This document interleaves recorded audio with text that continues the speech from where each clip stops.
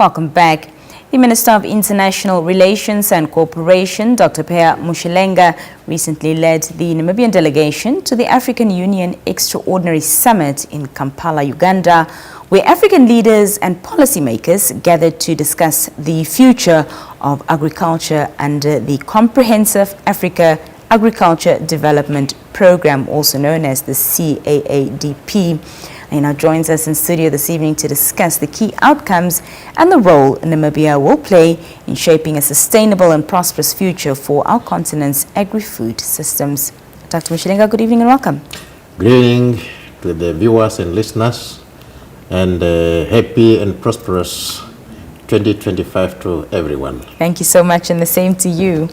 Now, just to start with, you can perhaps briefly talk to us about the just ended summit, which of course focused on, as I mentioned, the CAADP strategy and action plan for 2026 all up until 2035, and perhaps give us some insight on what this plan entails. Well, this extraordinary summit of the African Union was held in Kampala, Uganda from the 9th to the 11th of this month.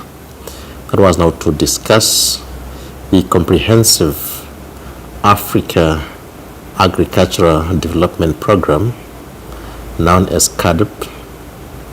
Now, what does this CAADP entails?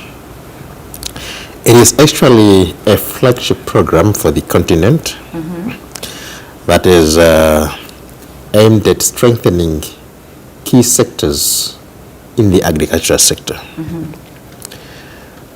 For example,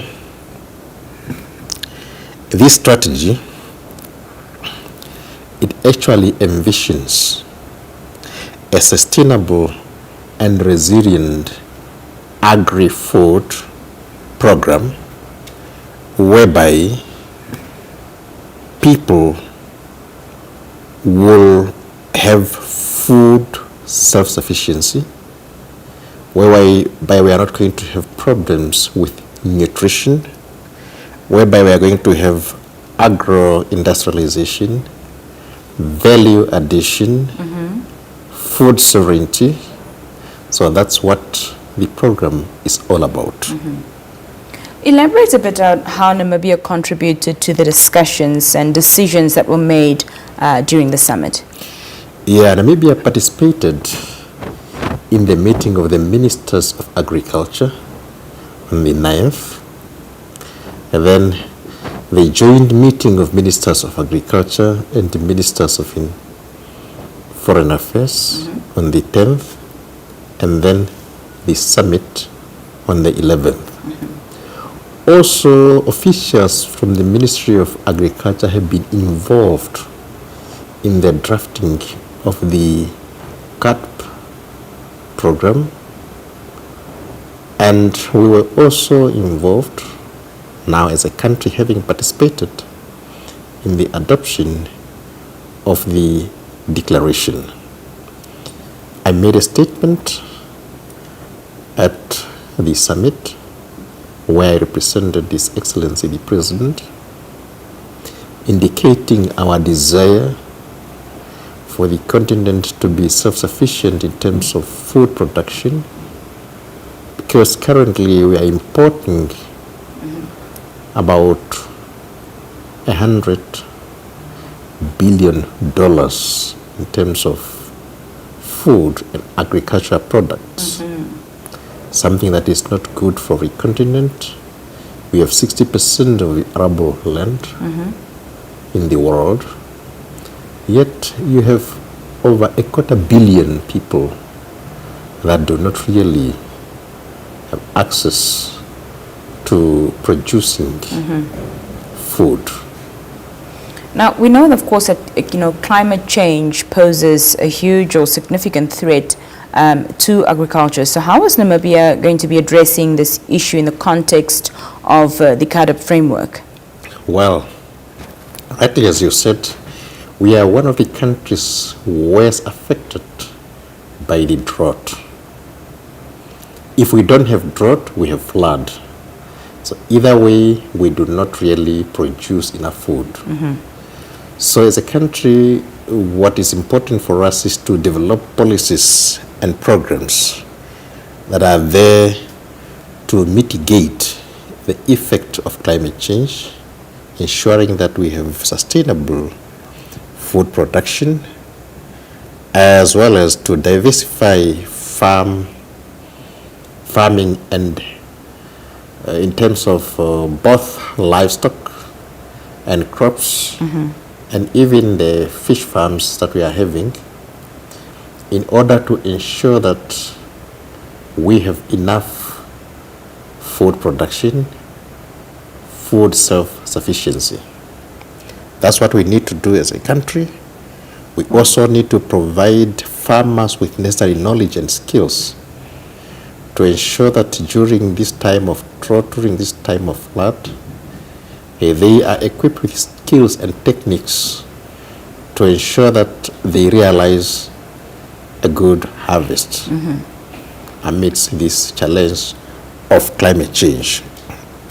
And we need to fund climate change research. We now have the National Council on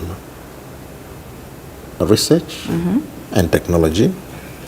So it can actually carry out some research that would enable us to mitigate these effects.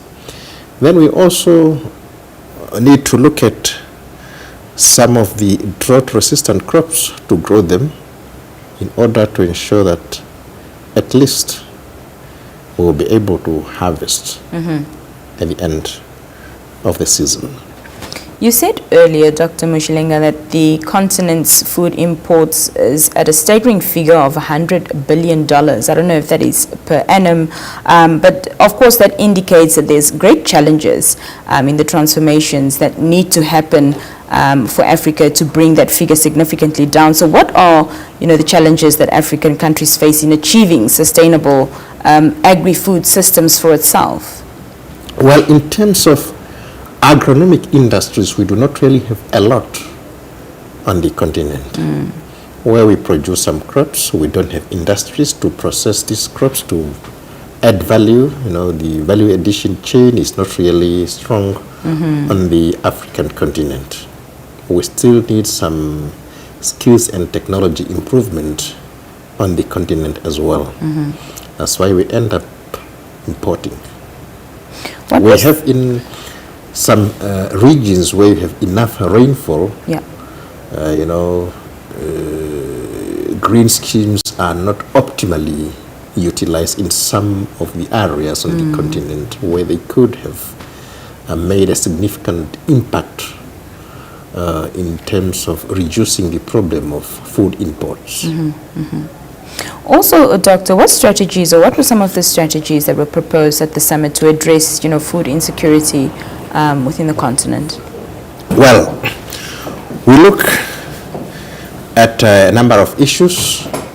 For example, we look at building resilient agri-food system. We look at advancing, for example, inclusivity and equitable livelihoods. We looked at issue of boosting investment and financing for transformation, because we are talking about agricultural transformation. We look at intensifying sustainable food production, for example, and agro-industrialization and trade. These are some of the issues that we looked at, as well as strengthening the agri-food system governance. Yes. Well, of course, as you mentioned, the framework has been written up, the CAADP framework. So what happens after this? What are the next steps, not only for Africa, but Namibia in specific? Well, the next steps that I think that we can do is to ensure that we put in place some programs. For example, the rain-fed crop production program, the grain scheme programs, the poultry value chain development schemes, the national horticulture support programs, expansion of the sunflower production, for example, and to continue our Limbeza rice and sugar plantation, and the livestock support programs. All these are the programs that we need to look at. In closing, Dr. Mushelenga, your final remarks?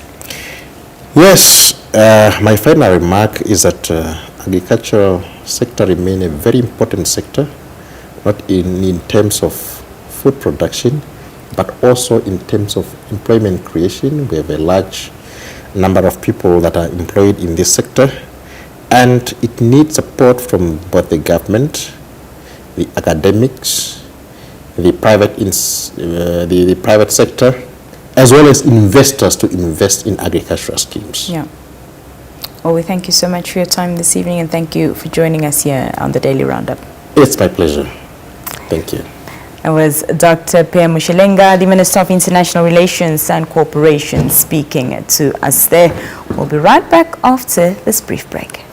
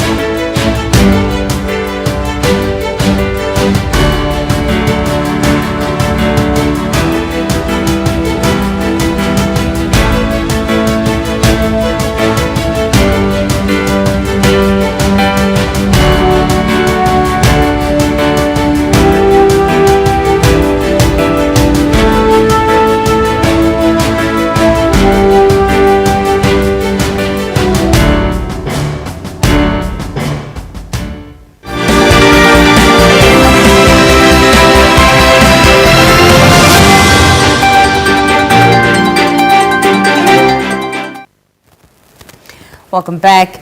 The European Union today launched